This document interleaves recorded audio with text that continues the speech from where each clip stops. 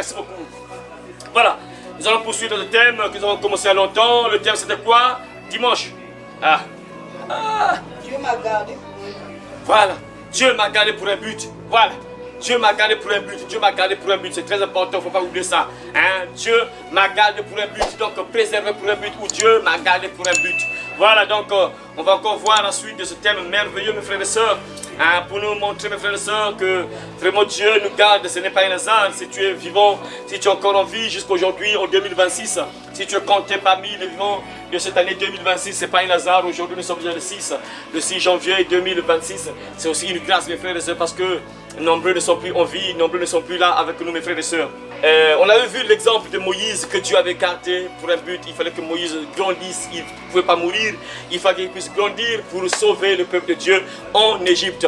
On a encore vu l'exemple de Joseph. Hein. Joseph, on prédictait sa mort, on préméditait sa mort. Il fallait qu'il meure là, mais Dieu l'a préservé parce que Joseph devait grandir, parce que c'est à travers lui que sa famille devait être sauvée de la famine qui arrivait. Et Joseph a marqué l'histoire également, mes frères et sœurs. On a encore vu l'exemple de trois amis de Daniel, Meshach, Shadrach, Abednego, qu'on avait jetés dans le feu. On les a jetés dans le feu, mais ils ne sont pas morts. Et à travers ça, les gens ont reconnu, le roi a donné un ordre qu'à partir de maintenant, quiconque va mal parler du Dieu de Meshach, Shadrach, Abednego sera mis en pièces, va mourir. Et personne ne doit adorer un autre Dieu. Voilà pourquoi on va voir l'exemple suivant avec Daniel. Là, c'était les trois amis de Daniel. On va le voir avec Daniel, ce qui s'est passé. Et comment le roi Darius aussi élève le Dieu de Daniel, mes frères et sœurs. Donc c'est important, c'est vrai, mes frères et sœurs, il y a des choses que nous pouvons vivre dans la vie, mes frères. C'est pour que la gloire de Dieu se manifeste aussi. C'est pour que le nom de Dieu soit élevé également, le nom de Dieu soit glorifié, mes frères et sœurs. Parce que nous sommes nombreux parfois à se plaindre. Parfois tu traverses un moment difficile, tu commences parfois à te plaindre, à te décourager et à perdre la foi même, tout ça. Non, Dieu sait pourquoi il permet ces choses-là dans ta vie, il sait pourquoi. Et tant que tu es attaché à ton Dieu, tu ne peux pas mourir à cause de ces choses-là, parce que Dieu n'a pas encore fini avec toi. Il a toujours quelque chose à faire dans ta vie. Il veut que tu sois un témoignage un jour. Et on a vu un peu les exemples de ces personnes-là, ces exemples-là. Ça nous a servi à comprendre que oui, Dieu nous préserve, c'est pour que son nom soit élevé, qu'on puisse comprendre, qu'on puisse le connaître réellement, qu'est-ce qu'il est capable de faire de la vie d'une personne. Voilà pourquoi on va voir encore aujourd'hui la suite de Daniel également. Daniel, on le connaît tous l'histoire, hein, ça c'est, nous sommes dans Daniel, voilà pourquoi on va se lever, on va commencer un peu aujourd'hui avec Daniel encore. Daniel chapitre 6, nous sommes dans Daniel chapitre 6, on va se lever mes frères et sœurs, Daniel chapitre 6, on va lire à partir du verset 20. Daniel chapitre 6, on va encore voir l'exemple de Daniel, pourquoi Dieu l'avait préservé, parce que Daniel devait mourir, logiquement il devait mourir. Il devait mourir logiquement, mais il n'est pas mort parce que Dieu ne voulait pas qu'il meure, il devait rester en vie pour que les gens connaissent vraiment le Dieu que servait Daniel. Voilà, nous sommes dans Daniel chapitre 6, à partir du verset 20, la Bible déclare ceci. En s'approchant de la fosse, il appela Daniel d'une voix triste. Le roi prit la parole et dit à Daniel, Daniel, serviteur du Dieu vivant, ton Dieu que tu sers avec persévérance, a-t-il pu te délivrer des lions? Et Daniel dit au roi, vis éternellement, mon Dieu a envoyé son ange, mon Dieu a envoyé son ange et fermé la gueule des lions qui ne m'ont fait aucun mal, parce que j'ai été trouvé innocent devant lui et devant toi non plus, ô roi. Je n'ai rien fait de mauvais. Alors le roi fut très joyeux et il ordonna qu'on fît sortir Daniel de la fosse. Daniel fut retiré de la fosse et on ne trouva sur lui aucune blessure parce qu'il avait eu confiance en son Dieu.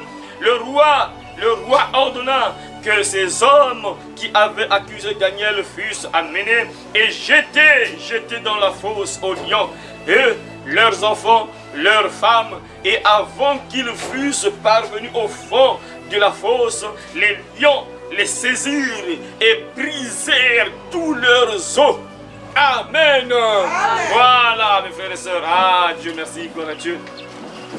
Regardez, le thème là que nous abordons là, il y a tellement beaucoup de leçons à tirer, mais Je suis en train de survoler seulement. Je prends juste les parties nécessaires. C'est sûr qu'il y a tellement beaucoup de choses à tirer à l'intérieur. Il y a tellement beaucoup de leçons. Mais je prends juste quelques parties seulement, mes frères, pour nous faire comprendre un peu pourquoi Dieu peut nous préserver d'un danger quelconque. Hein, mes frères et sœurs, c'est très important. Donc là, on connaît tous l'histoire de Daniel. Daniel était tellement fidèle à Dieu. Il était tellement fidèle à Dieu que vraiment le Dieu était même en colère contre lui. Le roi a vu que non, Daniel était vraiment fidèle, il était intègre, il n'était pas dans les magouilles, il était tellement intègre que le roi va penser que non, je dois élever Daniel, je dois élever tout ça. Après, quand le roi commence à chercher à l'élever, que non, bon, je dois élever Daniel là, tout ça. Et ses amis qui travaillent avec lui, on peut dire les collègues de travail, ils ont vu, ah non, Daniel c'est pas normal. Et ils ont monté un coup contre lui parce que le roi pensait à l'élever. Ils ont monté un coup contre lui et après, qu'est-ce qui va se passer, mes frères et sœurs? Ils ont dit donc au roi que non, tu dois vraiment, tu dois dresser une statue et personne d'autre va donc adorer un autre Dieu. Donc tout le monde doit adorer, doit t'adorer toi. Doit te donner toi, roi. Et Daniel, lui, il ne voulait pas mettre cela en pratique. Il était toujours là en train d'adorer son Dieu. Et les gens ont vu ça, ses ennemis ont vu ça. Ah, roi, ils sont venus dire au roi, ah, roi, mais tu as donné un ordre que personne doit adorer notre Dieu. Mais Daniel, lui, il est toujours, son visage est tourné vers Jérusalem. Il prie toujours son Dieu, il ne te prie pas toi. Ah, c'est ça. Et puis on l'avait piégé, enfin c'est une longue histoire. On l'avait piégé un peu le roi, mais le pauvre ne savait pas. On l'avait piégé après. C'est là où on attrape Daniel. Ah, bon, puisque tu avais signé, tu avais dit que non, quiconque va désobéir à l'ordre là doit être jeté dans la fosse au lion. Bon, le roi ne pouvait pas revenir sur sa promesse, sur ses paroles, parce qu'un roi, il honore sa parole. Hein, ce qu'il dit là, on ne peut pas aller à l'encontre encore de ce qu'il a dit là, donc puisqu'il était un roi, vous voyez, il ne voulait pas aller à l'encontre de ce que lui-même avait dit, hein, parce qu'il y avait une loi de Médès, et que non, quand tu donnes une loi, donc ça ne doit pas être révoqué, on ne peut pas changer ça, c'est impossible. Et donc le roi était cloué, il était obligé donc de mettre en pratique sa propre parole. Il fallait qu'on puisse jeter Daniel dans la fosse. Et c'est là qu'on a attrapé Daniel, on l'a jeté dans la fosse au lion. Et lorsqu'on le jette dans la fosse au lion, comme Daniel était tellement fidèle à son Dieu, le roi reconnaissait cela. Il savait que le Daniel était vraiment fidèle, attaché à son Dieu. Et voilà pourquoi il est venu dire, en parlant avec tristesse, ah Daniel, ton Dieu que tu sers tellement, que tu sers avec persévérance là. Est-ce que ton Dieu en question t'a délivré? Ton Dieu que tu sers avec persévérance là, est-ce qu'il t'a délivré? Le roi, il aimait vraiment Daniel parce qu'il était aussi intègre, vous voyez, il n'était pas dans la fausseté, il n'était pas dans la tricherie, tu vois. Il était vraiment fidèle, vraiment avec le roi, il était vraiment fidèle dans son travail, il n'était pas dans les magouilles, tout ça. Le roi vraiment l'aimait beaucoup. Et c'est là où il va poser la question à Daniel. Il parle à Daniel, il parle un peu, en fait. Il tentait de parler pour savoir est-ce qu'il est toujours vivant, parce que logiquement il devait déjà mourir. Et il vient dire, appeler Daniel, Daniel, ton Dieu que tu sers tellement avec persévérance, est-ce qu'il t'a délivré? Et c'est là où il entend la voix de Daniel. Oui, oh roi, en tout cas mon Dieu m'a délivré tout ça. Ah, et mes frères et sœurs, il a dit que non, il a envoyé son ange qui a fermé la gueule du lion. Et nous, ce qui est plus important, on ne va pas entrer en profondeur dans ça, mais le plus important, c'est notre sujet là, notre thème là, préservé pour un but. Et écoutez maintenant pourquoi, en fait, l'importance, pourquoi Dieu l'a préservé. On connaît tous, c'est parce qu'il était bien sûr fidèle à Dieu. Voilà pourquoi Dieu l'a préservé, c'est vrai. Mais j'ai dit ça dimanche, que même dans la Bible, on voit dans le Nouveau Testament, il y a des disciples de Jésus qui ont été tués, on les a tués, mais ils étaient fidèles à Dieu, ils n'étaient pas dans les choses bizarres, non, ils étaient fidèles à Dieu, mais on les a tués, Dieu a permis qu'ils meurent. Donc maintenant, ceux-là, Dieu les a préservés, c'était pour un but. Donc eux, les apôtres par exemple, leur mission était terminée, donc il fallait qu'ils meurent, donc bon, ils pouvaient partir, rejoindre Jésus, tout ça, bon. Mais ceux-là, Dieu ne voulait pas qu'ils meurent d'abord, parce qu'il fallait que les gens savent, connaissent un peu le Dieu qui les servait. C'est comme toi et moi aujourd'hui, c'est très important pour toi et moi pour comprendre que, ah, donc le Dieu, que si Daniel était mort là, bon, on ne devait pas connaître la puissance de Dieu. Comment Dieu est capable de faire, qu'est-ce qu'il est capable de faire, comment Dieu peut protéger une personne, même un danger c'est-à-dire un danger où vous dites que non, là, il n'y a pas de solution, mais Dieu est capable de faire un miracle. Imaginez un lion, des lions qui n'ont pas mangé, ça fait peut-être une semaine, 2 semaines, ils n'ont pas mangé, on te jette là, mais bizarrement, les lions ne mangent pas, Daniel ne le touche pas. Tout ça, C'est pour te dire à toi et moi que notre Dieu est tellement puissant qu'il est capable de te protéger. Vous voyez, le but c'est ça aussi, c'est tout ça. Pour connaître que le Dieu que nous servons, il est tellement fidèle que quand tu es fidèle à lui, tu persévères, tu es attaché à lui, il peut te sécuriser, te protéger, quel que soit le danger. Il peut te sécuriser. Et en dehors de ça aussi, écoute encore la leçon à tirer encore. Pourquoi tu l'as préservé? Le roi ordonna que ces hommes, bon, on connaît tous la suite, bon, on a jeté les gens en question dans la fosse, on les a mangés, eux et leurs femmes, tout ça. On connaît tous mes frères et sœurs. Après cela, verset 25, après cela, le roi Darius écrivit à, ce qui est plus important, c'est ça. C'est ça. Pourquoi Dieu a préservé Daniel? Regardez un peu les avantages. Après cela, le roi Darius écrivit à tous les peuples, à toutes les nations, aux hommes de toutes langues qui habitaient sur toute la terre, que la paix vous soit donnée avec abondance. J'ordonne que dans toute l'étendue de mon royaume, on ait de la crainte et de la frayeur pour le Dieu de Daniel, car il est le Dieu vivant. Il subsiste éternellement. Son royaume ne sera jamais détruit et sa domination durera jusqu'à la fin. C'est lui qui délivre et qui sauve, qui opère des signes et des prodiges dans les cieux et sur la terre. C'est lui qui a délivré Daniel de la puissance des lions. Daniel prospéra sous le règne de Darius et sous le règne de Cyrus le Perse. Voyez mes frères,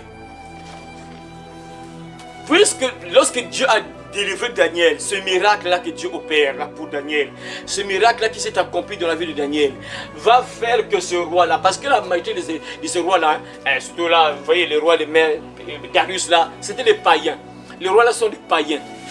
Ouais, ce sont des païens. En réalité, même le pauvre pharaon, logiquement, il ne devait pas mourir. Ah, c'est compliqué vraiment. Parce que vu ce qu'il voyait là, les miracles qu'il voyait là, il devait comprendre que le Dieu des Hébreux là, c'est un Dieu dangereux. Il ne faut pas lutter avec lui. Il faut arrêter avec eux. Il faut relâcher son peuple. Mais le pauvre, il était tellement endurci, après il est mort. Vous voyez, malgré tous les miracles qu'il a vus là, il a compris que... Parce qu'il y avait des moments où le roi pharaon, il reconnaissait, ah oui, Moïse, ton Dieu là est vraiment Dieu, oui. Ok, bon, écoute, bon, allez servir pour un jour, d'abord après revenir. Non, tu dois dire. Donc il y a des moments où il voyait des choses, vraiment il comprend que oui, le Dieu là. Ouais, Moïse, s'il te plaît, prie un peu ton Dieu qui puisse enlever les crapauds. Dans ma maison, j'ai tellement beaucoup de crapauds sur mon lit, je n'arrive pas à dormir, il y a des crapauds sur mon lit. Mais Moïse vient, prie ton Dieu afin qu'il enlève les crapauds. Moïse vient, il prie encore pas les crapauds, sort de la maison de Pharaon. Il comprend la puissance de Dieu, mais après un temps, jamais, ne partez pas, restez ici. Malgré les miracles qu'il voyait, ça c'est un peu triste mes frères. Chaque fois que je parle des miracles, mes frères, chaque fois que je parle un peu des miracles, ça me fait tellement mal mes frères et sœurs, ça me touche toujours mes frères. Ah Seigneur. C'est-à-dire que chaque fois que je parle, quand je tombe sur les miracles, à chaque fois que je parle parfois sur un sujet et puis je tombe sur les miracles, ça me fait tellement mal que... Ah Seigneur, ça fait tellement mal mes frères et sœurs que vraiment c'est bizarre comment les gens peuvent être incrédules à ce point-là, mes frères. Et nous autres là, si nous croyons en Dieu mes frères, regardez, mais nous on n'était même pas ensemble avec Jésus. D'abord Jésus c'est proche avec les Moïse là, on n'était même pas ensemble avec les Moïse. Mais juste quand je lis ce qui s'est passé là, je crois, je vois la puissance, je crois que Dieu là, il faut le craindre, il faut le respecter. Mais comment les gens, par exemple, qui voient la puissance de Dieu, voyez, toi tu vois parfois le miracle sur ton corps, tu vois le miracle sur ton corps, mais la personne est toujours incrédule. Mais mes frères, voilà pourquoi j'ai toujours l'habitude de dire que toute personne qui a vu le miracle sur son propre corps, mais qui ne comprend pas, qui ne change pas de vie, il y a tellement beaucoup de chances que cette personne aille en enfer. Beaucoup d'échanges, trop de chances que la personne aille en enfer. Parce que, même dans la Bible, on voit des gens, quand Jésus fait le miracle par la personne aussitôt, ah si, Jésus, je vais te suivre, Jésus, je vais te suivre, Jésus, je vais te suivre. Après, Jésus va dire, non, non, ne me suis pas, va dans ta maison, va raconter à tes parents ce que Dieu a fait pour toi. Parce que les gens voient, ah non, ça là, non, comme le dit le plus là, lui, ah miracle, ah Jésus, merci, merci, tu m'as guéri, merci. Mais les autres sont partis. Vraiment, ça fait mal, mes frères, malgré les miracles là, mais les gens ne comprennent pas. Incroyable. Je ne sais pas qu'est-ce que les gens cherchent. C'est bizarre. Et vraiment, ça c'est un mystère. Hein? Mes frères, c'est vrai quoi. Mes frères, le ciel là, non? Le ciel là, c'est vraiment incroyable. Jésus avait raison. Beaucoup d'appelés, mais peu d'élus. C'est de vous partez tous à l'école. Mais à l'école, là, il y a des échoués et des admis qui sont là. Alors, frère, non. Jamais tu peux pas aller à l'école, tu sais que non, je serai échoué. Non, ça n'a pas de sens. Mais pourquoi tu vas à l'école? Ça n'a pas de sens, vraiment. Pourquoi partir à l'école, tu sais que non, bah, moi je vais partir, bon, c'est pour moi échouer. Non. Mais c'est pas bon ça, mes frères. Donc Dieu a tous les sélectionnés. Tu vas pour toi à l'église. Mais Dieu a tous les sélectionnés. Oui, vous êtes comme ça. Vous êtes combien? 2000 dans le temple, oui. Vous êtes 3000 dans le temple, ok. Parmi les 3000 là, juste 500. 500, le reste là, ils sont sur le chemin de l'enfer. Ah, ça, c'est pas bon ça. Hein? C'est pas bon. Le roi Darius, dès qu'il voit ce miracle là, regardez un peu pourquoi Dieu a préservé Daniel. C'est pour que toi aussi tu comprennes un peu ce Dieu-là. Voilà pourquoi Darius va dire que non, tout le monde doit avoir de la crainte et de la frayeur. Voilà pourquoi je dis, mes frères, notre Dieu-là, il faut le respecter. J'ai déjà dit ça beaucoup de fois ici, j'ai déjà dit ça. Quand je dis que non, il faut craindre Dieu, la crainte là aussi, c'est vraiment la crainte de peur. Là, il faut avoir vraiment peur de Dieu aussi. C'est pas la crainte, non, la crainte est respectueuse quand tu respectes ton père. Il faut trembler aussi. Darius dit ça ici, il répète ça. Il donne l'ordre que non, celui, voilà, il dit, j'ordonne que, verset 26, j'ordonne que dans toute l'étendue de mon royaume, on ait de la crainte et de la frayeur. Boum. La crainte et la frayeur, quelqu'un qui tremble, qui a peur. Ça c'est un païen. Même pas une enfant de Dieu, un païen. Qui reconnaît qu'à le Dieu là, dans le Dieu de Daniel a dit, tout le monde doit avoir la crainte de ce Dieu là, donc doit respecter ce Dieu et doit trembler, doit avoir peur de ce Dieu là. Doit respecter la crainte, c'est respecter Dieu en fait. Respecter crainte de Dieu en fait, en réalité la crainte de Dieu c'est le respecter, lui obéir. Crainte de Dieu c'est ça, respecter Dieu, lui obéir, se soumettre. Voilà, c'est ça la crainte. Mais il ajoute de la frayeur. Donc tout le monde doit avoir la crainte, le respecter et trembler. Doit avoir peur. Il faut avoir peur de ce Dieu-là. Un païen qui reconnaît ça. Vous voyez, tout ça, Dieu fait le miracle là pour que même les païens comprennent que non, le Dieu des Hébreux là, le Dieu de Daniel là, le Dieu que les chrétiens servent là, on blague avec ce Dieu là. Je ne sais pas les sorciers, leurs oreilles sont rouges, je ne sais pas. Ah bon. Ah Seigneur, que Dieu nous aide vraiment. Sinon que vraiment un sorcier qui va à l'église, qui écoute un peu ce message, automatiquement il s'interroge. Ah bon, donc c'est pas la peine que je puisse avoir ce totem là, c'est mieux de suivre Jésus. Parce que leur Dieu là est tellement terrible. Donc, parce que ce qu'il a fait là avec le Daniel là, quand j'entends ce qu'il a fait avec le Daniel, tout ça, hein, avec le temps de Moïse là, je sais pas, est-ce que vous avez déjà entendu un sorcier qui ne sait pas même la mer aujourd'hui? Il n'y en a pas. Hein? Les miracles que les Moïse là ont fait là, les Josué qui ne sait pas le fleuve aussi, Moïse c'est pas la mer, Josué le fleuve. Hein, mes frères, ce que Élisée, il prend le manteau, bah, le fleuve aussi c'est pas la rivière, c'est 4 jours. Ah, il a aussi la puissance d'Élie. Élie lui a transmis la puissance. Parce que lorsqu'il est venu là, il y avait une barrière, la rivière. Élie est parti au ciel. Élie, son maître, est parti au ciel. On l'a laissé le manteau. Il a pris le manteau en question. Donc, après il vient là, pas barrière. Ah. Il peut voir, ok, et lui, le manteau là, il m'a dit, moi je l'ai donné qu'il puisse me donner la puissance. Pas. Je sais qu'il y a la puissance dans ce manteau là. Bon, où est le Dieu d'Élie? Pas. Et les gens, les fils des prophètes qui étaient là, ah oui, l'esprit d'Élie est sur lui, donc la puissance de Dieu à la commune. Mais comment les sorciers ne peuvent pas vraiment comprendre que c'est mieux de servir ce Dieu là vraiment? Je sais pas, leurs oreilles sont rouges, je sais pas qu'est-ce qu'ils entendent là vraiment. Quand tu vois un peu l'histoire, tout ça. Bon, le diable aussi les embrouille tellement que le pauvre, c'est compliqué aussi. C'est compliqué vraiment, c'est compliqué, c'est une guerre. C'est que là aussi le diable ne peut pas les laisser entendre ce genre de paroles là, non, mais jamais. Et les diables les embrouillent que là, non, tu es puissant, il n'y a aucune puissance, je te donne le pouvoir. Tu sacrifies ton enfant là, je te donne un pouvoir, personne ne peut te résister. Donc le diable te cache qu'il y a des chrétiens qu'on blague pas. Les chrétiens là, quand tu es devant eux, tu tombes. Et le diable leur cache ça. Après le pauvre parfois il comprend, mais qu'est-ce qui se passe? Pourquoi ça ne marche pas avec les chrétiens? Mais ils ont un Dieu tellement puissant. Mais les pauvres, c'est compliqué mes frères. Regardez pourquoi Dieu garde Daniel. Pourquoi il a préservé Daniel? Parce qu'il fallait que ce païen là, par exemple, le roi Darius là, il puisse comprendre. Et il a donné un ordre. Il a publié sa partie. Donc beaucoup de gens ont compris, ont connu, ont reconnu le Dieu de Daniel. Donc son Dieu là, si le roi Darius donne l'ordre que tout le monde, toutes les nations, tous les peuples doivent craindre ce Dieu là, doivent trembler, avoir peur de ce Dieu là. Mes frères, mais beaucoup de gens ont compris, ont connu, ont reconnu également la puissance de ce Dieu là. Vous voyez pourquoi Dieu a gardé Daniel? Parce que si Daniel était mort là, on l'avait mangé. Si les lions l'ont déchiré là-bas, le roi Darius ne devait pas donner l'ordre. Les gens ne devaient pas connaître le Dieu de Daniel là, comment il est capable de faire, qu'est-ce qu'il est capable de faire, sa puissance. Vous voyez pourquoi Dieu l'a gardé? Donc toi aussi Dieu peut te garder. Ah Seigneur, pour que tu sois un témoignage pour les païens parfois. Dieu te garde pour que toi aussi, mes frères, tu dois tout marquer, mes frères. Il y a des choses qu'il faut comprendre si Dieu te garde en vie là. Parfois Dieu te laisse en vie pour que tu parles à quelqu'un. Bon, Dieu merci parce que les sœurs ici, la majorité ont témoigné. Bon, sauf la sœur qui n'a pas témoigné. Bon, elle peut-être à travers son témoignage des faux cheveux, et des faux cheveux, et puis des bijoux là, peut-être, bon, sans moi, peut-être les gens qui vont tomber sur ça, bon, on peut comprendre. Bon, moi, les deux là ont témoigné, ont donné leur témoignage. Bon, voyez, vous êtes encore en vie. Vous êtes encore en vie. Voilà. Vous êtes encore en vie. Dieu vous garde, par exemple, ça c'est un exemple que je vous donne aussi. Pour qu'à travers toi, à travers ce que tu as fait dans ta vie, à travers ton témoignage, à travers ce que tu as fait là, tu peux sauver quelqu'un. Quelqu'un qui ne croit pas, qui ne connaît pas la puissance de Dieu. Il y a un sorcier qui est là parfois qui doute sur la puissance de Dieu. À travers ton miracle, tu peux dire aux sorciers, sorcières, que regarde ce que le Dieu a fait là dans ma vie là. J'avais des esprits terribles, mais les démons là ont fui. Donc essayez de vérifier un peu, parce que la puissance là c'est terrible, hein, c'est compliqué. Parce qu'il y avait des esprits que je voyais là, mais ils ont fui. Le sorcier va commencer à réfléchir un peu. C'est vrai, hein? Il va devoir y réfléchir un peu. Et après, un jour, pas, il comprend, il abandonne. Il vient à Jésus.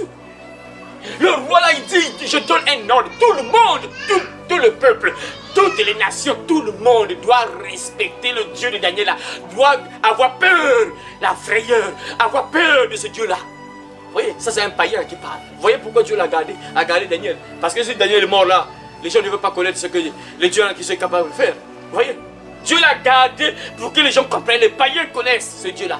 Malgré ça, c'est compliqué. Les kémites là et les animistes là, ils sont tous là. Les dieux des blancs là, les dieux de Jésus, on vous maltraite, tout ça. Vous servez les dieux qui vous ont maltraité là, tout ça, votre Dieu là, on vous a rendu esclaves là, tout ça. Bon, en fait, ces gens-là, en fait, les vrais là qui disent ça, ils savent, ils ont plus seulement les gens. Ils savent que dans le Dieu que nous servons est tellement puissant. Parce qu'ils ont les yeux spirituels. Quand un homme de Dieu prêche, là, il voit spirituellement. Mais ils ne vont pas vous dire qu'il faut le suivre. Puisqu'il a choisi le diable, il va juste embrouiller ses disciples. C'est parce que c'est les gens qui ont les disciples. Il a ses élèves, donc il ne peut pas dire à ses élèves que les pasteurs là, les hommes de Dieu là, ils ont une puissance terrible. Non, Dieu est puissant, il ne faut pas suivre ce Dieu là. Non, ça c'est l'embrouillement. Soyez des sorciers, faisons des entraînements, tout ça. Il faut faire la sortie astral, là, tout ça. Vous voyez, il embrouille, mais lui, il le connaît. Les sorciers, les marabouts là, ils savent que la puissance des chrétiens dépasse toute puissance du monde. Ils savent. Mais ils ne peuvent pas dire ça. Parce qu'ils ont aussi des disciples. Ils doivent embrouiller leurs élèves, tout ça. Vous voyez, parce qu'il a aussi signé avec le diable aussi. Bon, parfois, quelque part, le diable, le ménage, essaie de m'abandonner, tu meurs aussi. Parfois, donc le pauvre, il est obligé de rester. Il est obligé d'embrouiller les autres. Mais il voit lui-même que c'est bizarre. Hein? Seigneur. Préservé pour un but, Dieu t'a gardé pour un but, c'est ça mon frère, ma soeur. Donc ce n'est pas un hasard, voilà. Il dit encore, c'est lui qui délivre et qui sauve. Voyez mes frères, Dieu a gardé Daniel là, pour que les gens comprennent que notre Dieu délivre, Dieu sauve. Le Dieu en question délivre, il sauve. Le Dieu en question délivre, il sauve. Voyez mes frères et sœurs, pour que tu comprennes que oui, le Dieu en question délivre. Ça, c'est pas spirituellement, oui, c'est vrai. Il y a aussi le côté spirituel à l'intérieur, mais logiquement c'est physique, parce que le lion, vous voyez le lion. On le jette là, on le met devant le lion ne le mange pas. C'est un miracle quand même. Les gens doivent nous connaître que oui, le Dieu là que nous servons, il est capable de te protéger même devant un lion comme ça. Mais spirituellement, le lion est paralysé, il n'arrive pas à te manger.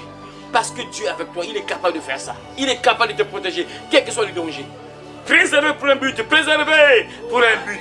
On passe au Nouveau Testament. Entrons dans le Nouveau Testament. Luc, nous sommes dans Luc. Chapitre 4, verset 21 à 30. Lisez, Luc chapitre 4, verset 21 à 30. Nous sommes dans Luc. On va encore voir maintenant Jésus lui-même. Mes frères et sœurs, préservé pour un but, Dieu te garde pour un but, parce que tu ne peux pas mourir rapidement parce que tu as encore une mission. Regardez les derniers là, il ne fallait pas qu'ils meurent parce que les gens devaient connaître un peu qu'est-ce que Dieu est capable de faire. Voilà. Et la Bible est claire que Dieu l'a fait prospérer. Il a encore vraiment prospéré. Il a prospéré, Dieu l'a fait prospérer aussi. Voilà. Donc Luc chapitre 4, verset 21. À partir de 21, verset 21. Lisez Luc chapitre 4, verset 21. Alors il commença à leur dire. Aujourd'hui, cette parole de l'Écriture que vous venez d'entendre est accomplie. Et tous Et tous lui rendaient témoignage, étonnés des paroles de grâce qui sortaient de sa bouche. Et ils dansaient et ils disaient, n'est-ce pas le fils de Joseph? Jésus leur dit, sans doute, vous m'appliquerez ce proverbe. Voilà. Médecin, guéris-toi toi-même. Et vous me direz, fais ici, dans ta patrie, tout ce que nous avons appris que tu as fait à Capernaum. Mais ajouta-t-il, je vous le dis en vérité, aucun prophète n'est bien reçu dans sa patrie. Voilà. Je vous le dis en vérité, il y avait plusieurs veuves en Israël, du temps d'Élie, lorsque le ciel fut fermé 3 ans et 6 mois, et qu'il y eut une grande famine sur toute la terre. Ouais. Et cependant, Élie ne fut envoyé vers aucune d'elles, si ce n'est vers une femme veuve à Sarepta dans le pays de Sidon. Voilà. Il y avait aussi plusieurs lépreux en Israël du temps d'Élisée, le prophète. Et cependant, aucun d'eux ne fut purifié, si ce n'est Naaman, le Syrien. Ils furent tous remplis de colère dans la synagogue. Voilà. Lorsqu'ils entendirent ces choses, et s'étant levés, ils le chassèrent de la ville. Ils le chassaient de la ville. Ils le chassèrent de la ville et le menèrent jusqu'au sommet de la montagne. Ils le menaient jusqu'au sommet de la montagne Sur laquelle leur ville était bâtie. sur laquelle leur ville était bâtie, Afin de le précipiter en bas. afin de le précipiter en bas. Mais Jésus passant au milieu de son alla. Mais Jésus passant au milieu de son alla. Amen. Voilà. Bon. Là, vous ne comprenez pas quelque chose qui se passe là. Suivez très bien. Jésus entre dans le temple et on l'a donné le livre d'Ésaïe. Il déroule le livre d'Ésaïe et il tombe sur l'écriture là où on dit à partir du verset 18, l'Esprit du Seigneur est sur moi. Il m'a oint, donc il m'a choisi, il m'a oint pour annoncer la bonne nouvelle aux pauvres. Il m'a envoyé pour guérir ceux qui ont le cœur brisé, pour délivrer les captifs, rendre libres les opprimés, ouvrir les yeux des aveugles. Donc il va parler de ça. Et lorsqu'il dit ça, et après il tombe là, il dit que aujourd'hui, cette parole de l'Église s'est accomplie. Et dès que les gens entendent ça, ah, donc c'est le Messie. C'est lui le Messie. Attends, c'est le fils de Joseph. C'est le fils de Marie. Parce que lorsqu'il a lu ça, il connaissait la Bible, il connaissait un peu, ils ont lu l'Ancien Testament, tout ça, ils savaient. Dès que Jésus dit ça, il dit qu'aujourd'hui même, cette parole de l'Écriture s'accomplit. Donc, ah, donc c'est lui le Messie. Ah, le Messie.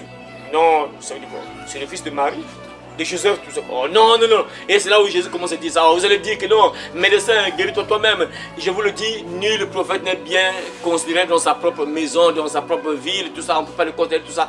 Et lorsqu'ils entendent tout ça, ça énerve la foule. Ah, non, tu n'es pas le Messie. Non, non. Et on saisit Jésus, on le tient. On l'emmène sur une montagne. Le but était de le jeter afin de le précipiter. Qui tombe, donc qui meurt. Donc ils ont saisi Jésus, viens, toi tu vas mourir parce que ça c'est le blasphème, tu te fais passer pour le Messie, quoi. On le saisit là, on l'emmène au dehors de la ville, on met sur une montagne très élevée et on veut précipiter Jésus, mais ils n'ont pas compris par quel miracle, pouf, Jésus entre au milieu de il s'échappe. Alors qu'ils ont saisi Jésus, ils l'ont saisi, ils l'ont conduit jusqu'au sommet de la montagne pour le jeter. Mais subitement, il passa au milieu de pas et s'en alla. Donc ils n'ont pas compris parce que son heure n'était pas encore arrivée. Il ne devait pas d'abord mourir. Parce qu'il avait commencé. C'est le premier jour. Donc là il commence son ministère. Il entre dans le temple. Et il commence à lire. Donc c'est le commencement de son travail, de son ministère. Et eux, ils veulent déjà arrêter sa mission. Ils veulent déjà le tuer. Mais donc le Père qu'il a envoyé, il fallait qu'il accomplisse sa mission jusqu'à la croix. Il devait arriver à la croix. Donc l'heure n'était pas encore arrivée qu'il puisse mourir. Parce qu'il devait prêcher, appeler les disciples, tout ça, leur donner des recommandations, tout ça. Il devait donc faire des miracles, tout ça pour que les gens comprennent. Il devait prêcher, parler pour qu'ils comprennent qu'il est le Messie. Mais les gens l'ont saisi, il fallait le tuer. Mais puisque son heure n'était pas encore arrivée, ils n'ont pas compris comment Jésus passe au milieu de pou. Et ils s'en vont. Juste comme s'il est parti pas.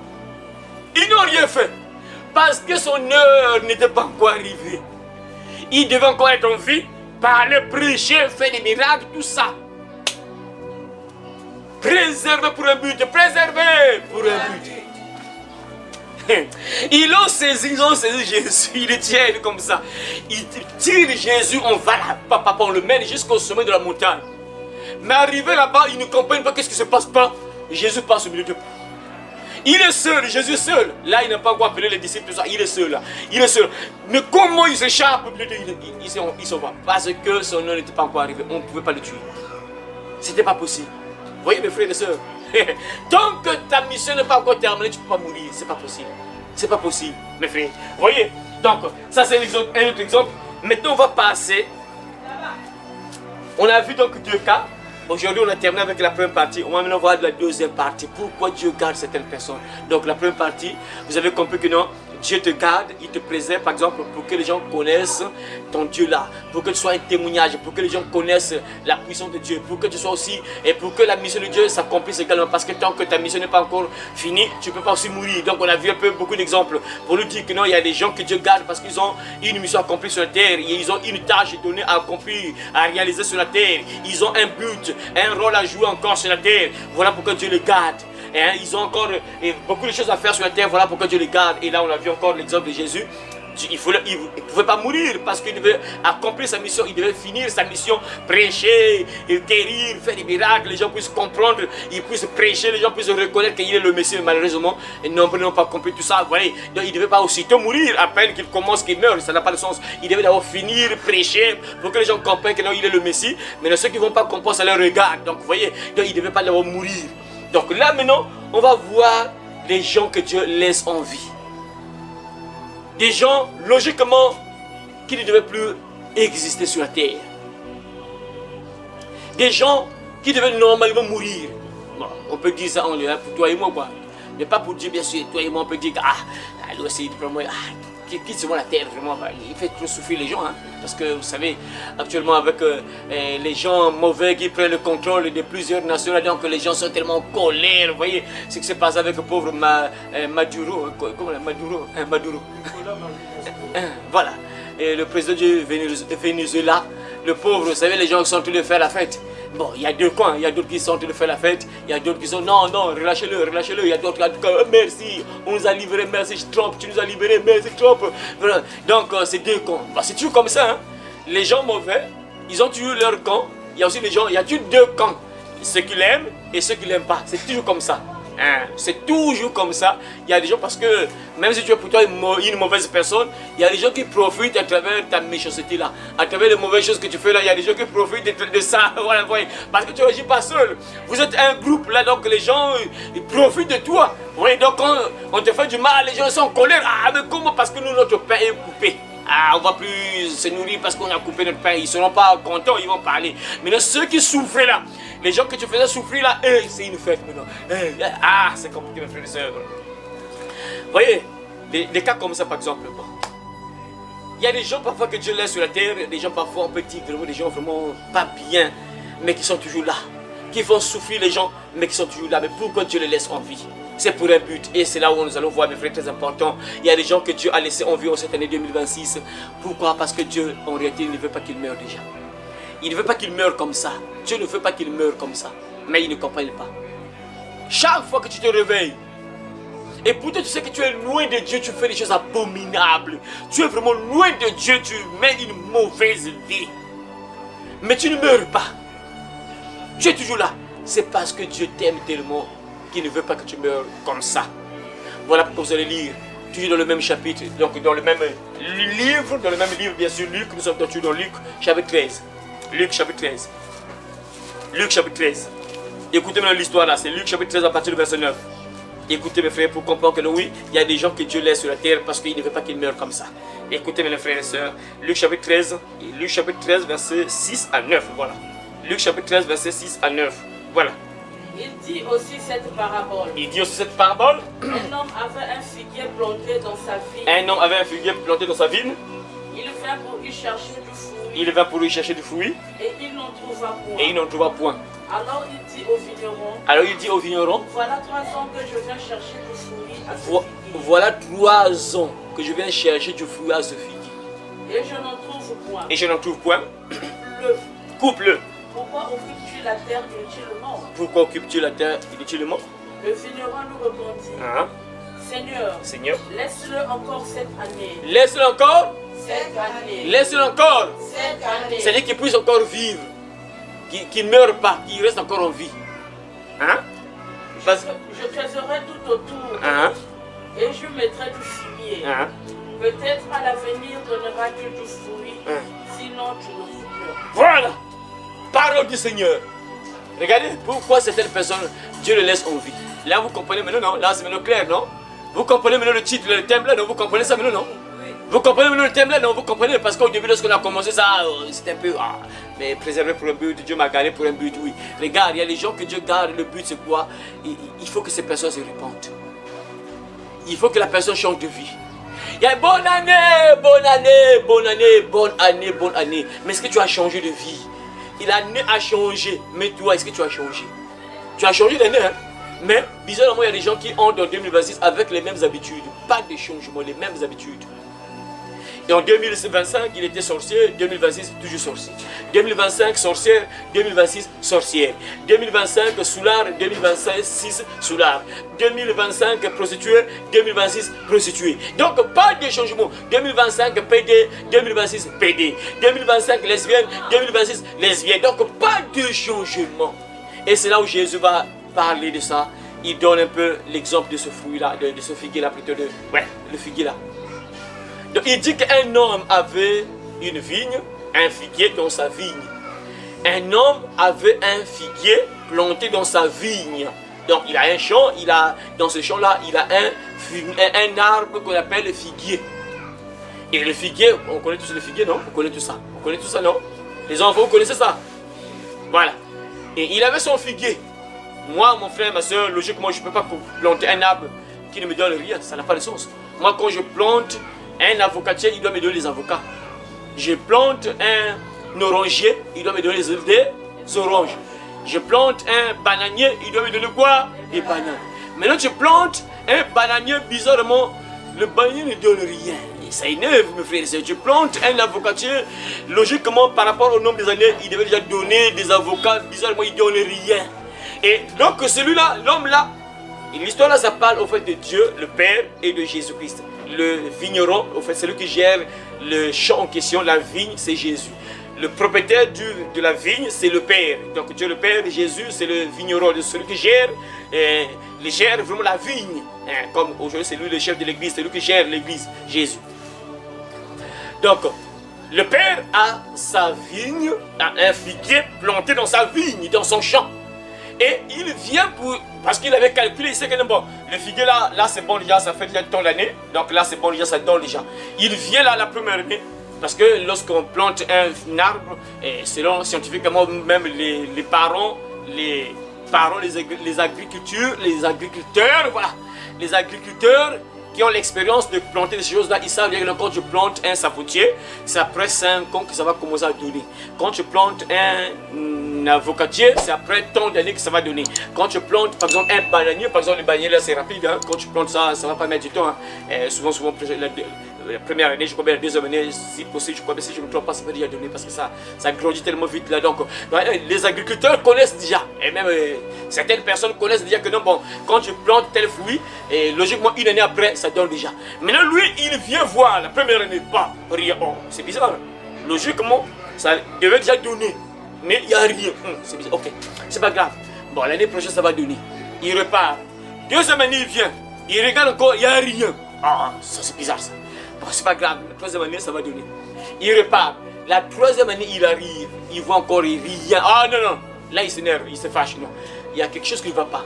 Et il va parler donc au vigneron. C'est-à-dire celui qui gère la vigne. Celui qui prend soin de la vigne. Il parle à celui qui est là, donc il gère ça. Donc, comprenez, donc c'est le Père, Jésus. Voilà. Et il va parler donc au vigneron.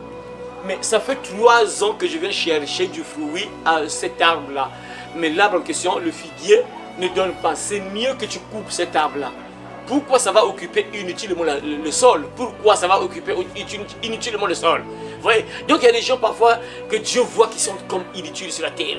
Il veut les enlever de la terre. Vous savez pourquoi, mes frères et sœurs? Parce qu'il y a des gens parfois qui conduisent les gens dans les mauvaises choses. Des gens qui sont en train d'entraîner les autres à faire le mal, à faire des choses. Vous voyez? Regardez ce qui se passe, mes frères, c'est clair. Regardez ce qui se passe dans notre pays là. Les pauvres petits, là, les bébés noirs, on les tue. Pourquoi? Parce qu'ils sont en train de nuire aux autres. Et ça travaille eux aussi que d'autres sont en train d'entrer dans le mouvement. Et Dieu aussi passe par l'État, par le gouvernement pour dire que non, il faut arrêter ça. Et on commence à les tuer. Et on les coupe de la terre. Hein. Ils sont pour les pauvres petits, pour les autres c'est un peu calme là. Les pauvres, on les a coupés de la terre, nombreux sont partis. Nombreux sont déjà morts. On les a coupés de la terre. Pourquoi? Parce qu'ils sont comme inutiles. Donc ils font rien de bien. Ils sont en train d'augmenter le mal. Et du coup, Dieu passe aussi par le gouvernement. Bon, il faut les enlever de la terre. Et ils partent, ils quittent la terre. Vous voyez? C'est la même chose que Dieu voit sur ce figuier là-bas. Ça fait 3 ans que ça change. Ça ne donne pas de fruits. C'est mieux de couper ça. Et celui que j'ai, ça va dire. Vous voyez? Nous avons un avocat auprès du Père. L'avocat, c'est qui? Jésus. Voilà, ça c'est selon 1 Jean. 1 Jean chapitre 2, à partir du verset 1 à 3 là-bas. C'est bien écrit. Jésus est notre avocat auprès du Père. Donc il est un avocat, il te défend.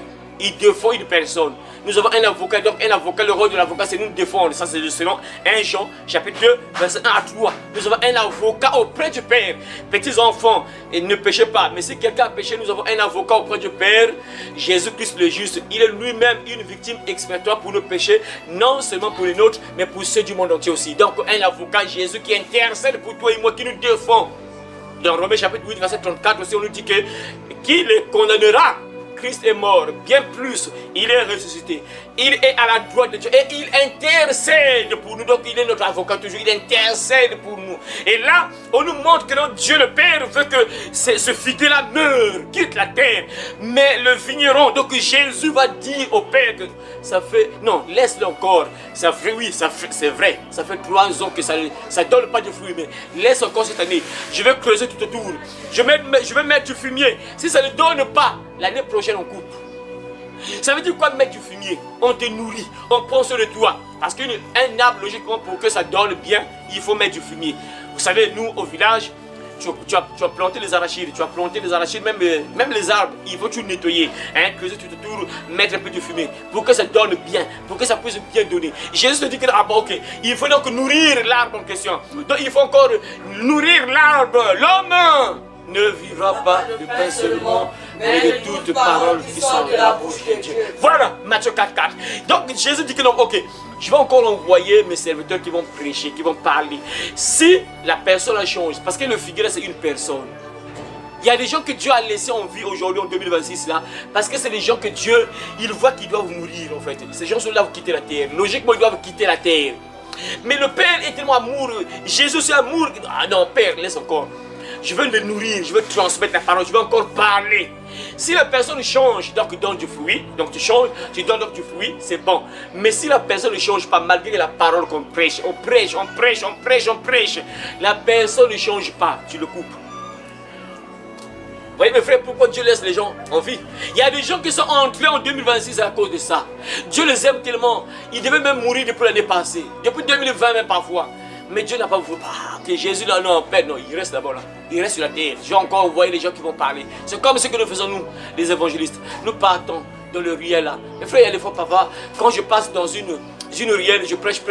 Parfois, la semaine prochaine, quand je repasse encore dans la même ruelle, je vois parfois un chapitre là, un décès. Quelqu'un est mort. Vous voyez? Parfois, Dieu l'a parlé à travers moi quand je suis passé là. C'est pour qu'ils puissent comprendre peut-être, changer de vie. Mais ils sont toujours dans les mêmes choses là après. Parfois une semaine après, quand je repasse dans la même ruelle, je vois un chapitre là, un décès, on est en train de pleurer une personne. Vous voyez, c'est une personne parfois que Dieu a parlé. Il a envoyé les gens pour parler, il a envoyé les gens pour parler, prendre soin de ces personnes-là. Mais ces personnes ne changent pas et parfois ils meurent. Vous voyez, préserver pour un but. Dieu t'a gardé pour un but. Donc toi si tu es encore en vie, c'est parfois tout ça, Dieu ne veut pas que tu meurs rapidement. Il te laisse encore parfois le temps que tu comprennes, que tu entendes la parole. Il y a des gens que Dieu a laissés en vie parce qu'ils doivent écouter la parole pour que lorsqu'ils vont mourir et lorsqu'ils vont partir en enfer, qu'ils ne donnent aucune raison que Dieu. Moi je n'ai jamais entendu parler de Jésus, de la parole, du pardon, tout ça. Dieu va te rappeler. Tu ne peux même pas dire ça, voilà pourquoi Dieu laisse plusieurs personnes en vie, parce qu'ils ne vont jamais parler, ils seront bouche bée. Parce que quand tu es là, tu vois automatiquement, tu commences à voir toutes les personnes qui sont venues te prêcher à domicile. Tu n'avais pas le courage de partir à l'église. Tu vois, Jésus va te montrer toutes les personnes qui sont passées dans ta ruelle. Il n'y a aucune raison. Il n'y a pas de raison. Oh non, j'ai pas écouté, j'ai pas. Dieu permet, voyez. Aujourd'hui, Dieu permet tellement que la parole soit répandue, que ce soit par Internet. Regardez, aujourd'hui, à l'Internet. Je parle là, ici au Congo. Il y a des gens qui écoutent en France, là. Ils suivent en direct, ils écoutent. Et on souhaite tout ça, comme la sœur Carly. On souhaite, elle écoute. Et peut-être moi, je suis ici au Congo. Mais qui va donner une raison? Pas de raison. Parce qu'on t'a parlé. Dieu a pris le temps de te parler par ses serviteurs. Les serviteurs ont parlé. Mais tu vas donner quelle raison? Personne ne va donner une raison quelconque. Voilà pourquoi il y a des gens qui sont encore en vie aujourd'hui en 2026. Dieu les laisse encore en vie aujourd'hui. Ils sont encore en vie. Parce que Dieu regrette. Il faut que celui-là, s'il meurt là, il va se griller grave en enfer. Mais non, il doit encore rester pas. Je vais encore envoyer des gens pour parler. Ok, il reste encore. Jésus intercède pour toi, non, Père, non. Il ne doit pas d'abord mourir, laisse-le encore. Laisse-le encore sur terre. Je vais encore envoyer mes serviteurs, ils vont partir prêcher. Ils vont partir prêcher. Et parfois là, tu es là le matin comme nous autres. Là, le matin, tu te réveilles là, tu pries là-bas. Dieu te dit que nous allons dans tel quartier. Mais les gens ne savent pas pourquoi personne n'est venu chez vous là-bas. Il y a des gens, mes frères, si tu dis ça, Seigneur, les gens n'ont pas de discernement. Imaginez que par exemple moi avant de sortir pour aller évangéliser, je demande toujours la volonté de Dieu, que Dieu me guide là où je vais partir. Maintenant vous qui me recevez par exemple, les gens qui nous voient par exemple dans votre quartier, vous nous voyez dans votre quartier, il faut vous poser des questions. Pourquoi il est venu dans ce quartier là? Pourquoi il n'est pas resté chez lui? Pourquoi la pluie n'est pas tombée pour qu'il ne vienne pas? Mais pourquoi le temps est favorable? Il est venu, au lieu d'aller ailleurs, il est venu uniquement dans notre quartier, dans Mariel. Pourquoi il est venu dans Mariel? Parfois, normalement, logiquement également, à l'heure là où il est venu, je devais être au travail, mais bizarrement, je ne suis pas parti au travail, je suis là. Et je l'entends parler. Alors là, peut-être je devais être même à l'hôpital, malade, là, tout ça, mais je suis en bonne santé, je suis à la maison. Je l'écoute. Alors là, peut-être je devais sortir, mais je ne suis pas sorti, je suis là. Et je l'entends. Mais tu vas donner quelle raison? Dieu t'a envoyé une personne, Dieu savait qu'il est là. Il est à la maison, va là-bas. Va dans telle ruelle. Et même les ruelles qui nous entourent là. C'est par Dieu te dit qu'il entre par cette ruelle, tu entres pas. Et lorsqu'on entre là, Dieu t'envoie là pour un but. Toutes les personnes qui sont dans la ruelle là, qui écoutent cette voix-là, n'auront aucune raison lorsque ces personnes vont mourir, vont se retrouver devant le tribunal de Christ. Pas de raison. Parce que Dieu t'a parlé d'une manière ou d'une autre. Il a envoyé les gens te parler à domicile. Comme il y a des gens, parfois que dans les hommes de Dieu sont des voleurs et ils ont la soif d'argent. Ok, l'homme de Dieu vient à domicile chez toi sans te demander de l'argent. Et ces gens se vont crier grave. C'est compliqué parce que là, tu as à domicile, on ne t'a pas demandé de l'argent. Maintenant, tu vas dire quoi à Jésus? Maintenant, tu vas dire quoi? On ne t'a pas demandé de l'argent. La personne est venue là seule. La personne vient toute seule. Il crie, croyez en Jésus, répondez-vous, changez de vie, abandonnez le mal, abandonnez le vol, l'impudicité, le vol, le mensonge, l'adultère, la sorcellerie, abandonnez. Sauvez vos âmes. Jésus est mort pour vous. Croyez en lui, vous serez pardonnés. Tu entends bien. Et tu t'en fous. Essaie de mourir. Quand tu meurs là, c'est compliqué. Et tu commences à voir ces évangélistes que tu traitais de fous comme nous. Et nous autres, on nous voit comme des fous. Hein, quand tu passes, tu es en train de crier de fous là, tout ça. Et la fois dernière, la sœur m'a rappelé même lorsqu'on était le 25, oui, c'était le 25 parce que le 25, on était parti prêcher quelque part là-bas. Lorsqu'on prêchait le 25, là, c'est la seule qui écoutait, mais il y a un jeune qui faisait la pagaille là-bas. Pour ceux qui ont suivi la vidéo sur internet, vous qui suivez un peu les vidéos, vous avez sûrement vu ça. Il y a un jeune là qui était là en train de parler là-bas. Donc la sœur avait bien écouté. Donc le jeune là en train de dire que vous voyez les deux là, ce sont des voleurs. Donc moi et la sœur qui me filmait, donc vous voyez les deux là, mais Yébia, les deux voleurs, Yébia, mais l'enlevez pas. On ne suit pas des voleurs comme ça, oui. Et le jeune là, s'il meurt là, et ça sert compliqué. Ça quand tu es devant le Jésus, tu peux plutôt rouler au sol, il n'y a plus le pardon, tu peux chercher à te suicider, même tu ne meurs pas. Tu restes en vie comme ça, on doit te rappeler tout ce que tu as fait. C'est compliqué. Imagine des gens comme ça. Personne ne te demande de l'argent. La personne est là, crie pour elle, la personne parle. Toi, au lieu d'écouter ce mot de discernement, qu'est-ce qu'il dit là, tout ça? Non, aussitôt, sans même écouter ce qu'il dit là, oh, mais Yibi, regarde les deux là, Bazola, mais Yibi, les deux là que vous voyez, ce sont des voleurs, tout ça. Oui, et vous voyez des gens comme ça. Alors on a rien volé d'eux, c'est bizarre. Et ça, Jésus va leur rappeler ça, qu'il essaie de mourir, vraiment qu'il se batte de ne pas mourir. Il doit se battre de ne pas mourir comme ça. Il doit vraiment prier, Seigneur, je dois encore vivre. Il doit se battre de ne pas mourir. Parce que s'il ferme les yeux, bah! Automatiquement le démon vient le récupérer, tu vas dans mon enfer, tu vas dans mon prison, et après un temps, lorsque Jésus va revenir sur la terre, il prend ses enfants, on va au ciel, et après lorsque le jugement va passer, va arriver, on te sort de la tombe, tu viens, tu passes à la barre, tu es là-bas debout, Et on te montre encore les images du Congo-Brazzaville, ton quartier. On te montre les images des deux voleurs qui étaient venus chez toi là. Tu vois, là, ces gens-là, tu les disais, c'était des voleurs, oui. Et Jésus, tu commences à négocier. Jésus, oui, non, je disais ça pour blaguer. Non, tu étais sérieux. Tu les accusais de voleurs. Eh, tu es foutu. Tu es foutu. Voyez des gens comme ça. Des gens comme ça, Dieu les laisse en vie parce qu'il ne veut pas qu'ils meurent. Parce que s'ils meurent là, ils descendent en fait directement. Prison. Et les gens ignorent que c'est une prison à vie. Tu ne sors pas. Pas d'échappatoire. Il n'y a pas de pause là-bas, mes frères et sœurs. Tu ne vois plus le soleil. Le soleil n'existe plus. Tu es dans les ténèbres. La Bible ne parle pas des ténèbres. Tu es dans les ténèbres. Il n'y a que le feu. Tu vois seulement les flammes. Tu es dans le feu, bien sûr. Tu vois seulement les flammes. Mais je ne crois pas que tu peux rien voir parce que tu es dans le feu. Tu vas encore voir quoi. Les yeux brûlent déjà. Tu vas rien voir. C'est ça, parce que les yeux prennent le feu, tout ça, et tu peux rien voir, je crois bien. Vous voyez mes frères, il y a des choses comme ça vraiment. Il y a des gens que Dieu laisse en vie parce qu'il ne veut pas qu'ils meurent. Regardez, Dieu confirme ça. Lisez. Ézéchiel. Vous allez confirmer ça. Regardez, confirmez ça. Ézéchiel. Ouvrez. Ézéchiel. Chapitre 33. Bon, une personne, séparez-vous. Une personne va lire Ézéchiel chapitre 33, verset 11. Et une autre personne, Ézéchiel chapitre 18, verset 32. Ça dit la même chose, mais l'expression un peu différente. Voilà. Une va ouvrir Ézéchiel chapitre 33 verset 11, l'autre Ézéchiel chapitre 18 verset 32. Lisez maintenant, vous allez comprendre mes frères et sœurs que Dieu laisse plusieurs personnes en vie parce que Dieu ne veut pas qu'ils meurent. S'ils meurent là, c'est compliqué pour eux. Donc voilà pourquoi il y a une chanson qu'on chantait à l'église évangélique du Congo. Lumbu kalumbu ziti sanganzambie buwena moyo toma yangalala kadiba bing balembo tambula emvo ngewena moyo toma tonda nzambi. Vraiment, chaque jour, pour ceux qui ne comprennent pas le français, vous qui nous suivez, la chanson dit que non, chaque jour tu dois glorifier le Seigneur parce que tu as eu la grâce d'être en vie, parce que nombreux n'ont pas eu cette grâce-là. Donc quand tu es en vie, c'est une grâce pour toi parce que tu peux encore te repentir. Tu dois glorifier Dieu parce que tu respires encore, parce que quand tu meurs là-bas, la Bible est claire, Hébreu 13, combien? 29, dit quoi? Il est réservé. Alors non, Hébreu chapitre 9, verset 27. Hébreu chapitre 9, verset 27, voilà. Hébreu chapitre 9, verset 27. Il est réservé à l'homme de mourir une seule fois. Après quoi vient le jour. Lisez. Voilà, Ézéchiel 33, verset 11. L'autre, donc, on va préparer Ézéchiel chapitre 18, verset. Ézéchiel chapitre 18, verset. Combien? L'autre, c'est Ézéchiel chapitre 18, verset 32. Voilà. Lis, ma soeur. Dis-leur. Dis-leur. Je suis vivant. Je suis vivant. Dis le Seigneur. Dis le Seigneur. L'Éternel. L'Éternel. Ce que je désire. Ce que je désire. Ce n'est pas que le méchant meure. Ce n'est pas que le méchant meure. C'est qu'il change de conduite et qu'il vive. Ce qu'il change de conduite, qu'il le vive. Répète à partir là, répète à partir là. Ce que je désire, répète. L'Éternel.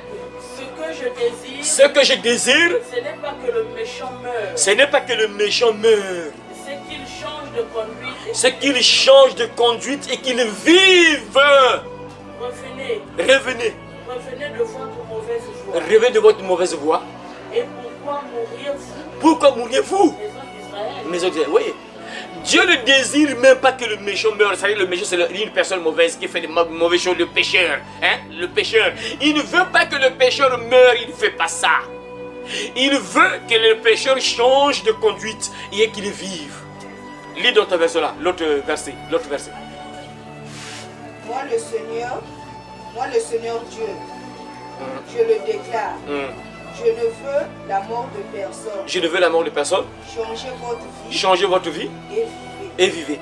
Je ne veux la mort de personne. Je ne veux la mort de personne. Vous voyez mes frères, Dieu ne veut pas que tu meurs juste comme ça. Il veut que tu vives. Il veut que tu changes de vie, que tu vives. Vous comprenez mes frères et sœurs? Voilà pourquoi Dieu laisse parfois cette... C'est une grâce. Tu sais que tu es dans le mal. Tu sais que tu mènes une mauvaise vie. Tu sais que tu es loin de Dieu. Il faut dire merci à Dieu quand tu te réveilles le matin. Là, dis merci à Dieu. Ah, c'est merci. Merci, tu me laisses encore le temps de me repentir. Merci, tu me laisses encore le temps de changer de vie. Merci, tu me laisses encore le temps de me repentir. Seigneur, merci, merci. Merci, tu m'as encore accordé. Tu n'es pas en règle. Tu dois remercier le Seigneur, c'est une grâce pour toi. Parce que si tu ne meurs pas, l'enfer.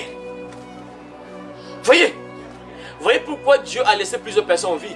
Préservé pour un but. Préservé pour un but. Dieu t'a gardé pour un but. Regardez le but. Que Dieu garde certaines personnes.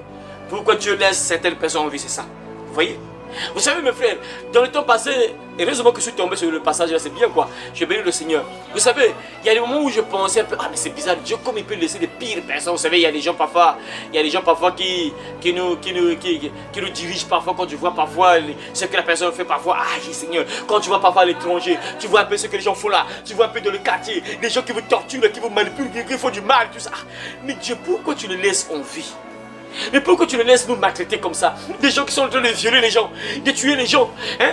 Des meurtres rituels. Mes frères, même au Gabon là, j'entends ça. Ah, vraiment les sorciers là, vraiment gangan, c'est compliqué. J'ai écouté ça même. Donc chez eux là-bas c'est chaud. On enlève les gens. Tu as ta fille comme ça, ton enfant comme ça, il part acheter quelque chose, pas, on l'attrape là, pas. On le met les portées disparues. Après un jour, vous voyez parfois l'enfant avec des parties qui sont parties. On a pris certaines parties du corps. On a pris, il y a d'autres parfois, c'est les parties intimes, et pour les femmes parfois, ce sont les mamelles qu'on prend, parfois beaucoup de choses qu'on prend, et on vient jeter sur le cadavre. Et on a pris, et ce qui est important, les crimes rituels au Gabon, c'est à la une actuellement. Dans les enlèvements, parfois ton enfant passe comme ça, on l'attrape là, pouf, on parle, on le tue là, on prend les trucs importants là. Ah, vraiment, vous voyez les choses, et les gens comme ça, ils sont encore en vie. Vous voyez, et logiquement qu'ils devaient mourir, vous voyez. Mais Dieu est tellement amoureux. Quand je suis tombé sur ce passage-là, c'est là où j'ai compris que vraiment Dieu est amoureux. Hein? Et c'est aussi dangereux parce que toute personne qui mourra dans le péché, parce que quand tu écoutes par exemple ce genre de message-là, tu comprends que Dieu m'aime quoi. Malgré le péché que je commets, malgré la mauvaise vie que je mène, mais Dieu m'aime toujours. Il ne veut pas que je meure comme ça. Mais non, après, tu ne comprends pas, tu meurs. Oh, mais c'est fini. Mais c'est fini pour toi. Dieu t'a démontré qu'il t'aime. Il t'a laissé tout le temps d'abandonner ce que tu fais de mal là. Mais tu ne comprends pas. Tu entends même la parole que, ah, donc Dieu m'aime ou quoi? Ah, donc il ne veut pas que je meure comme ça. Il ne veut pas que je meure en tant que sorcier, sorcière. Il ne veut pas que je meure en tant que bandit, voyou. Il ne veut pas que je meure en tant que pédé lesbienne. Il ne veut pas que je meure en tant qu'impudique, en tant qu'adultère. Il ne veut pas que je meure en tant que voleur, voleuse. Il ne veut pas. Après tu comprends ça, après tu t'en fous, tu meurs. Mais c'est fini, c'est compliqué. Là tu commences à regretter, Seigneur, Dieu m'a aimé. Dieu m'aimait tellement, pourquoi je n'ai pas compris trop tard? Trop tard. Tu ne peux plus te repentir, trop tard. Tu ne peux plus demander pardon trop tard. Vous voyez mes frères, Dieu nous démontre qu'il nous aime. Il nous aime tellement, voilà pourquoi nombreux sont encore en vie. C'est des gens qui devaient mourir logiquement. C'est des gens parfois on a parlé, mais ils sont encore là, têtus, on parle, la personne refuse de changer, j'y viens. Je n'abandonne pas ça. On parle.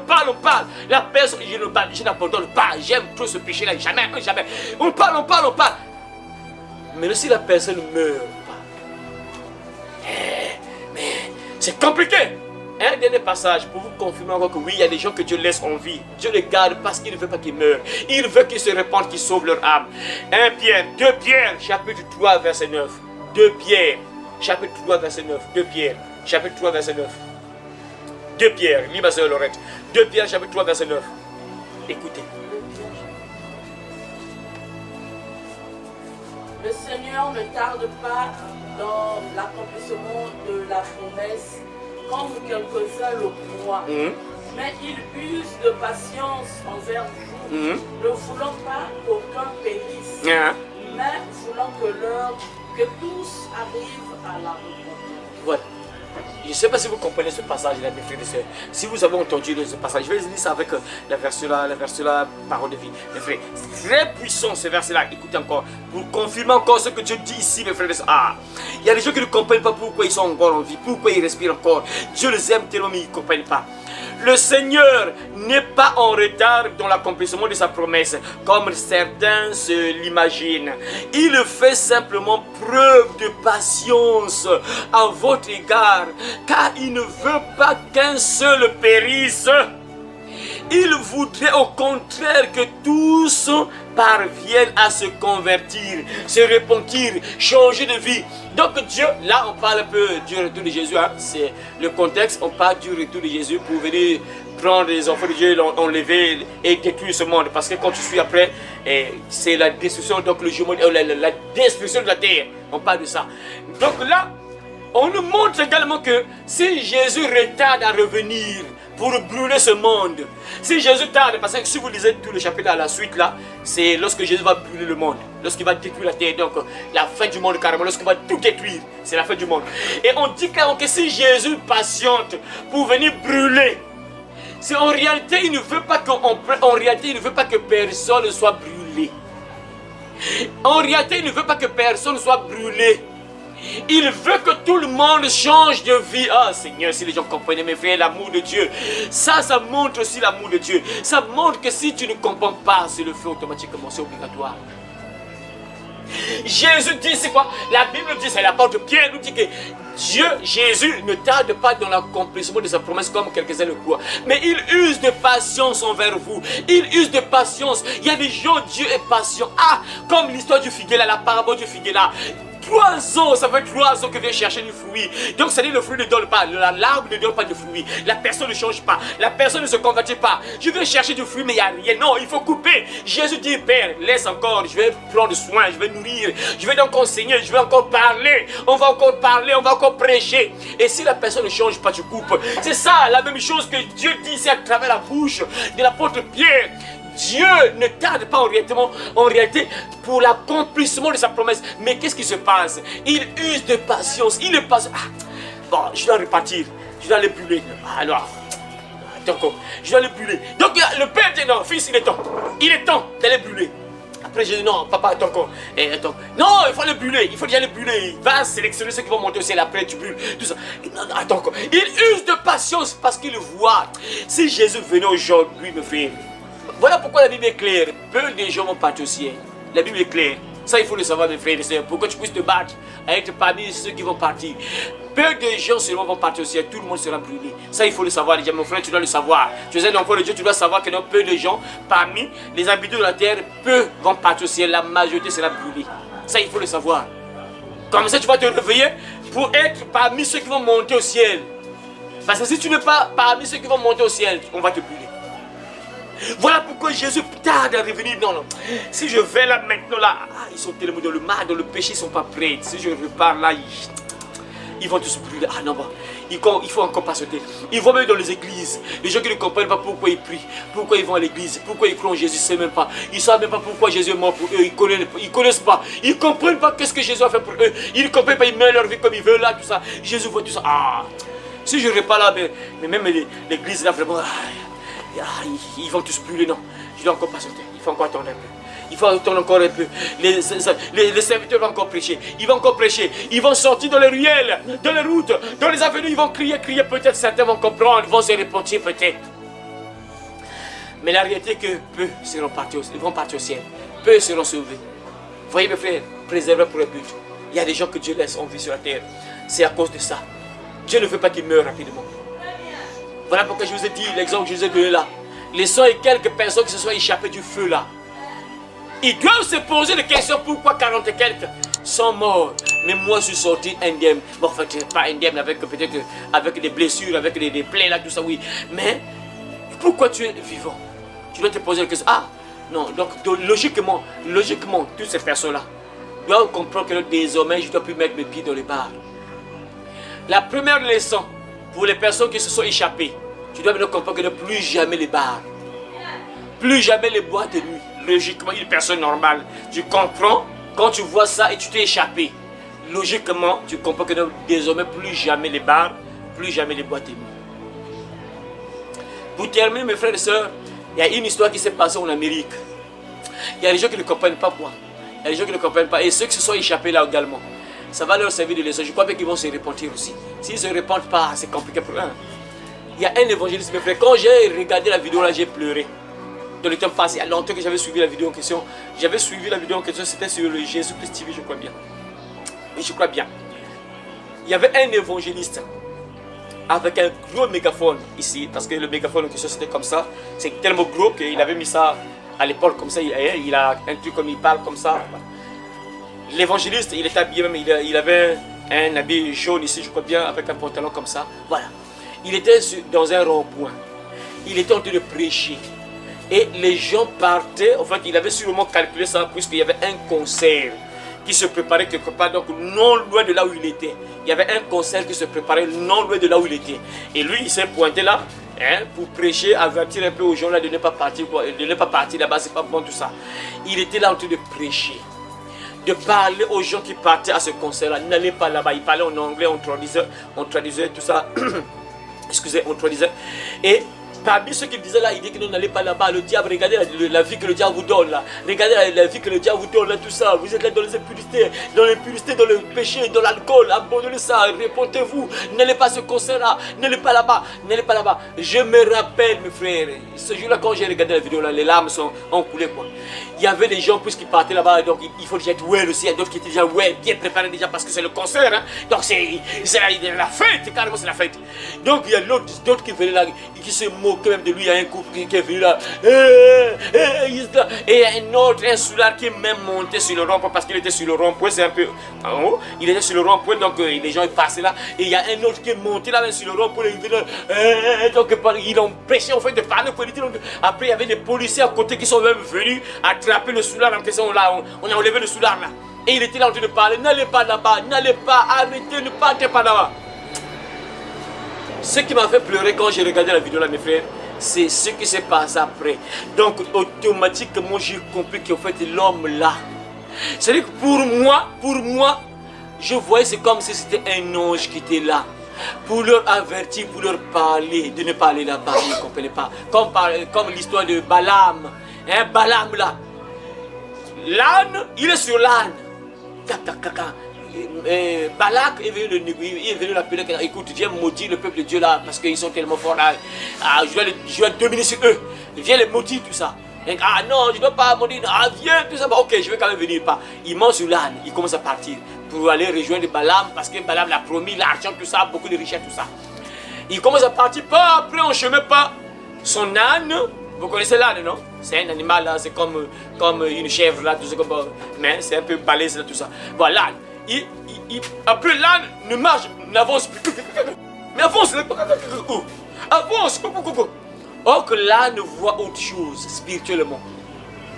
L'âne est en train de voir un ange. Mais lui il s'énerve, mais comment l'âne n'avance pas? Oh mais pousse. Et il commence à me mal parler de... Et aussitôt Dieu ouvre la bouche de l'âne. Quel miracle, Seigneur. Tu peux même fuir, mais c'est bizarre, il était aussi courageux de parler. On le voit, mais comment l'âne peut parler? Non. Là, nous dit, oh, mais je suis ton âne, non? Il y a longtemps que tu as... Je suis à ton service. Est-ce que je t'ai déjà parlé comme ça? Tu vois pas qu'il y a un ange qui est là?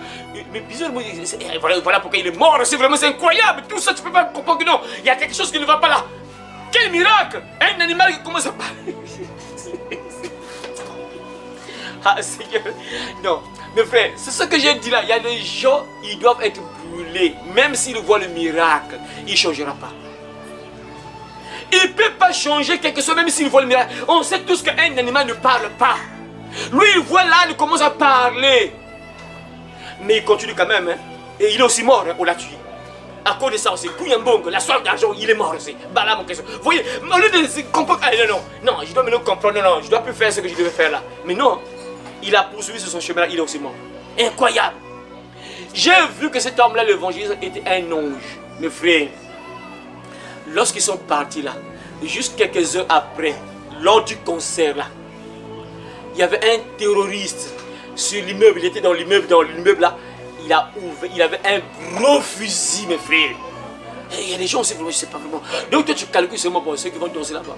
Ah c'est ça aussi le diable, mes frères. Donc lui, il était sur l'immeuble là, le concert se passe en bas. Il prend un gros fusil. Il s'était préparé pour ça. Il ouvre la fenêtre, il commence à tirer sur tout le monde qui était là. Imaginez, il est en haut. Il vide son chat. Plusieurs morts en Amérique. Plusieurs morts, plusieurs blessés. Quand j'ai vu ça, j'ai pleuré, même incroyable. L'ange était là, on les avertissait, ne partez pas, ils n'ont pas compris. Ne partez pas là-bas, ils étaient là en train de se moquer de l'évangéliste. Toutes les personnes qui se moquent des évangélistes là vont brûler grave. Ils vont brûler, c'est obligatoire. Mais je suis sûr, ceux qui se sont échappés, ceux qui ont vu l'évangéliste, s'ils ne prient pas actuellement, donc c'est qu'ils vont partir en enfer, c'est obligatoire. Parce qu'il n'y a plus rien à faire. Hein? C'est ce que je dis à tout moment là. Non, tu vois le miracle, mais tu ne changes pas, tu ne comprends pas. Tu vas brûler, c'est obligatoire. toutes les personnes qui se sont échappées lors de ce concert-là, logiquement doivent prier actuellement. S'ils sont encore en vie. Bah, c'est pas trop longtemps, hein, ça fait juste peut-être quelque chose de 5 ans, 6 ans seulement de cela. Donc nombreux sont encore en vie seulement. J'espère qu'ils prient. J'espère qu'ils ont changé de vie. On voit ça. Mais comme il y a des gens qui sont têtus, malgré les conséquences, comme le proverbe dit, les conséquences éduquent mieux que le conseil, mais parfois il y a des gens, tu peux plutôt, il y a des conséquences, mais il continue. Comme une soeur, une petite fille là, elle a eu le sida, mais jusqu'aujourd'hui, il n'y a pas très longtemps, je partais là-bas, je l'ai vu encore avec des pare-soleil incroyables. Il se prépare, il va encore partager. Donc il a partagé pendant le fête, là, il a partagé. Incroyable, c'est compliqué, vraiment c'est incroyable. Donc il y a des gens, malgré les conséquences, c'est des gens qui devaient prier, logiquement ils devaient prier, mais rien. Nous vivons ensemble, nous mourons ensemble, moi aussi j'ai. Donc il y a des gens, vraiment, il y a une sémence de diable dans cette fille-là. Il y a une sémence de diable, non, parce qu'elle n'a pas pitié d'autres. Moi je suis malade, on va tous mourir. Pas que ce que j'ai eu moi-même. C'est incroyable, hein? Et ça, il faut être sorcière. Parce qu'une personne normale, tu comprends que tu es comme ça. Tu devais au moins te repentir, demander pardon à Dieu. Ah Seigneur, aie pitié de moi, que je sois guéri, rien. Et son fils, et il continue la même vie. Je croyais qu'il avait, il avait mis au monde, mais il continue. Je l'ai vu il n'y a pas très longtemps pendant le fête là, avec des longues. Il s'est bien préparé déjà, donc bien long. Et il se prépare pour la fête. Je ne sais pas lesquels qui ont eu encore le sida, je ne sais pas, Seigneur. Il y a des gens qui le comprennent. Ah Seigneur. Ah Seigneur. Il y a des gens, malgré les conséquences, la personne ne va jamais changer. Et voilà pourquoi quelque part je comprends qu'il y a des gens qui sont, c'est comme si, bon, on ne peut pas dire prédestinés à brûler, mais je crois qu'il y a, oui, la Bible dit qu'il y a des gens qui dont la condamnation, c'est depuis la fondation du monde. Il y a des gens qui sont condamnés, tu peux plutôt parler, il faut qu'on brûle la personne. La personne doit partir en enfer, c'est obligatoire. Tu peux plutôt parler. Tu peux faire des miracles, rien, même au temps de Jésus qui fait des miracles. Vous voyez Lazare, quelqu'un qui se décompose.